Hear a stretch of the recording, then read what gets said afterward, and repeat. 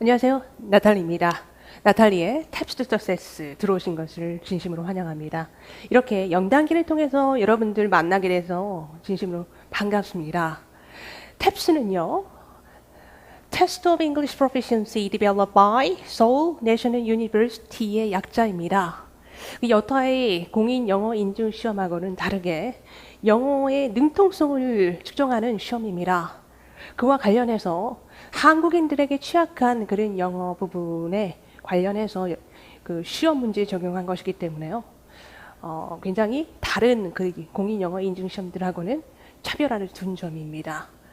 자, 탭스는요, 청해, 문법, 어휘, 독해 이런 네 가지 영역에 따라서 시험을 보게 되는데요. 그것도 이제 여러분들이 공부를 함에 있어서 청해, 문법, 어휘, 독해 이 네 가지 부분이 적절하게 밸런스를 맞춰지는 상황에서 공부를 하셔야 되는데요. 거기에 관련해서 오늘 제가 학습 노하우 7가지를 갖고 왔습니다. 지금 탭스를 지금 내가 시작하고 있다, 아니면 시작한 지 얼마 안 됐다 하시는 분들은요, 일단은 서점에 가십니다. 그래서 탭스 문제집이라든가 종합서, 기본서 이런 것들을 보게 되는데요. 그런 것들을 이제 구입해가지고 독학을 한다던가 아니면 인터넷으로 검색을 해서 탭스가 과연 뭔지 그리고 어떻게 내가 공부를 해야 될지 찾아보게 되는데요. 그러다가 보니까 또 인강을 이렇게 듣게 되는 경우도 있고요. 그래서 어찌됐든 공부를 하다 보면 굉장히 막막해지고요. 게다가 또 시험을 보게 되면은 더 여러분들이 내가 어떻게 공부를 해야 될까? 그렇게 이제 고민을 하다 보면은 딜레마에 빠지게 됩니다. 결국에는 딜레마에 빠지게 되면 공부를 나중에는 이제 포기하시는 경우가 적지 않는데요. 제가 그 포기 단계까지 가지 않도록 7가지 노하우 여러분들에게 선보이겠습니다. 첫 번째로는요, 일단 지금 시험을 한 번이라도 보신 분들 같은 경우에는 청해를 제외한 나머지 문법, 어휘, 독해 영역에서 시간이 부족하다라는 것을 많이 느끼실 거예요. 특히 독해 같은 경우에는 제한된 시간 45분이라는 시간 동안에 독해 40문제를 저희가 풀어봐야 되는데 거의 평균 하나당 문제 한 개당 1분 정도를 요구하고 있습니다. 그래서 이런 시간 부족 부분에 있어서 내가 어떻게 이걸 해결해 나가야 될지 관련해서 제가 설명을 좀 드리면요. 토익 같은 경우에는 스킬이 적용된다고 합니다. 그래서 단기간에도 점수가 굉장히 많이 오르는 경우가 많은데요. 토익 같은 경우에는 스킬이라고 한다면 탭스는 스트래터지, 전략이라고 하죠. 각가지 문제 영역별에 따른 그 전략을 여러분들께서 잘만 활용하신다면, 그리고 한 달에 한 번 내지 2번 있는 그 시험에 적절히 여러분들이 대비를 하기 위해서 집에서 공부하시는 방법 또한 그 영역에 따라서 그 전략에 따라서 공부를 하신다면 충분히 해결되리라 봅니다. 그래서 나탈리가 지금 이 부분에 대해서 생각을 해본 결과 전반적으로 이 탭스가 구성되어 있는 문제 유형이요, 총 42가지로 나뉘어져 있습니다. 이 42가지에 관련해서 그 42가지에 걸맞는 유형을 여러분들께서 확실히 알고 문제를 처리하는 데 있어서, 그리고 그 A, B, C, D에서 선택지에서 답을 어차피 저희가 골라야 되는 그런 부분이기 때문에요. 이 답을 고르는 해결책까지 제가 지시를 해드리고 있기 때문에 나탈리 탭스 오프라인 강좌뿐만 아니라 그 인강에서도 역시나 이 42가지의 문제 유형에 걸맞는 전략을 가지고 여러분들께 설명을 좀 드리겠습니다. 자, 그 다음에 두 번째는요, 실력이 부족해도 시험을 우선 보자.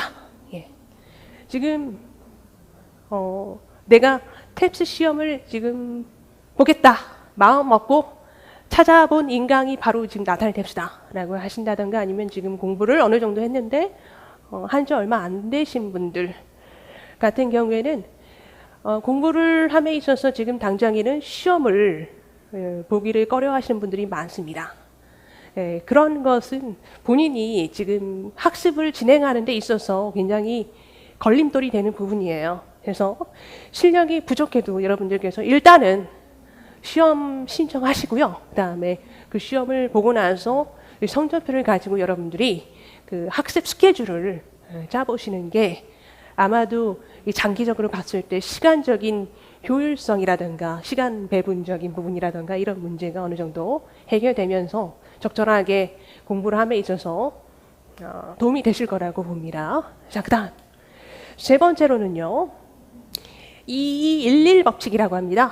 그래서 뭐 하루에 여러분들이 내가 한 6시간 지금 탭스를 공부할 수 있다라고 한다면 청해 어휘 같은 경우에는 2시간씩, 그다음에 문법, 독해는 1시간씩 이렇게 공부를 하라고 제가 권해드리고 싶습니다.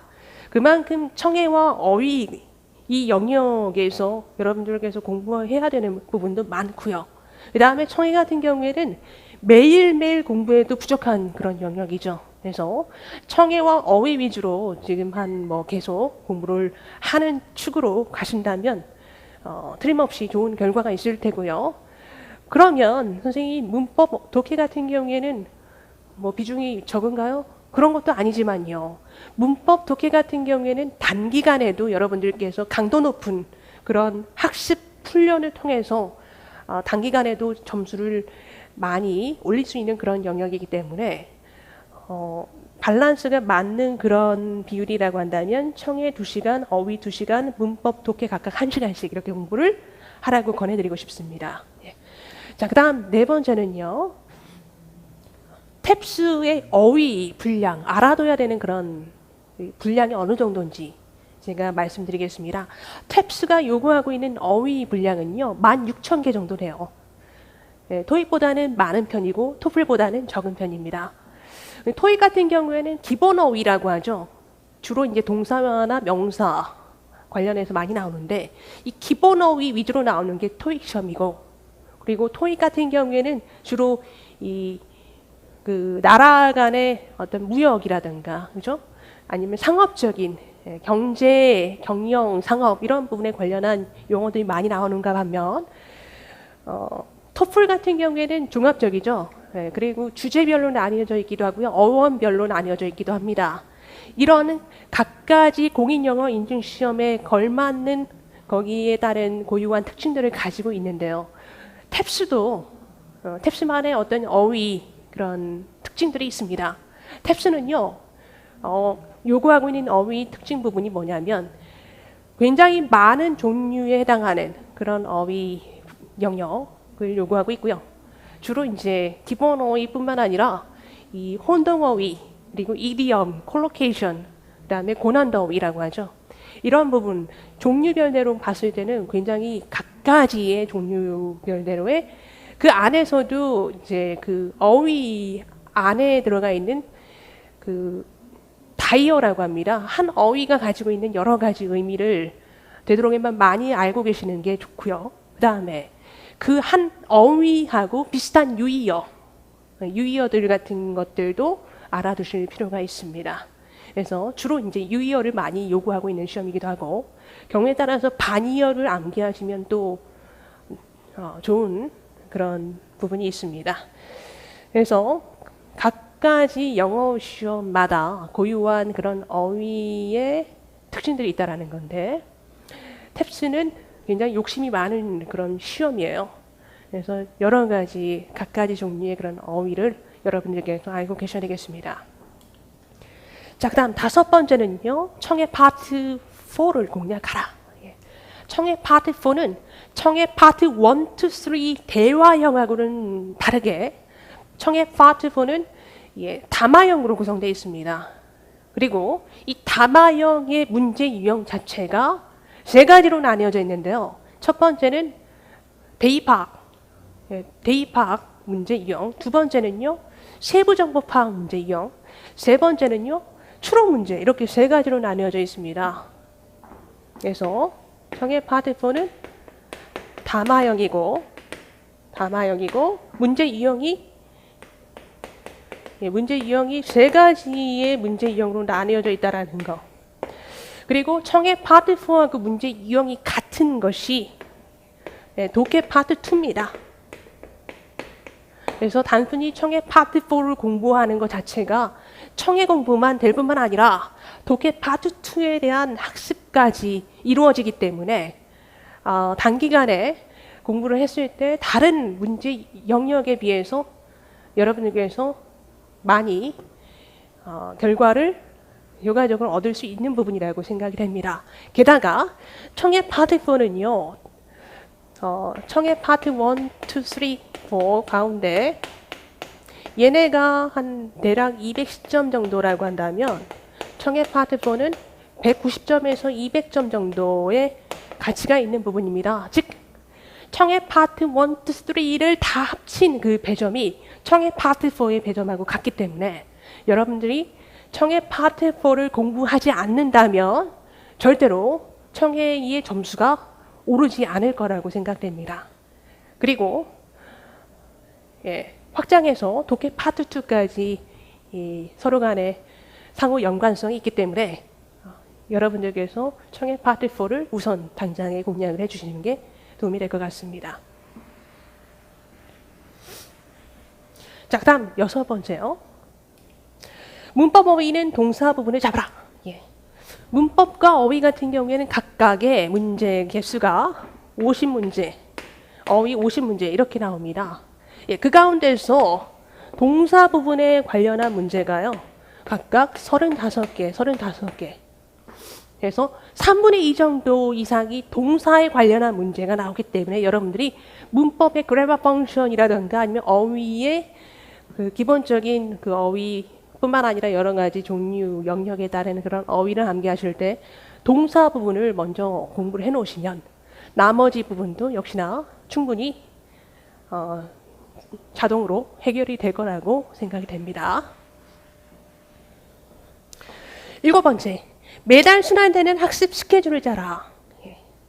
자, 이거는 제가 학습 스케줄을 2가지 버전으로 나눠가지고 영단기 그 나탈리 선생님 그 전용 게시판에 그 자료실에 제가 올려놨어요. 그리고 제 카페가 있습니다. 이 카페 들어가시면 학습 스케줄 2가지 버전으로 나뉘어져 있습니다.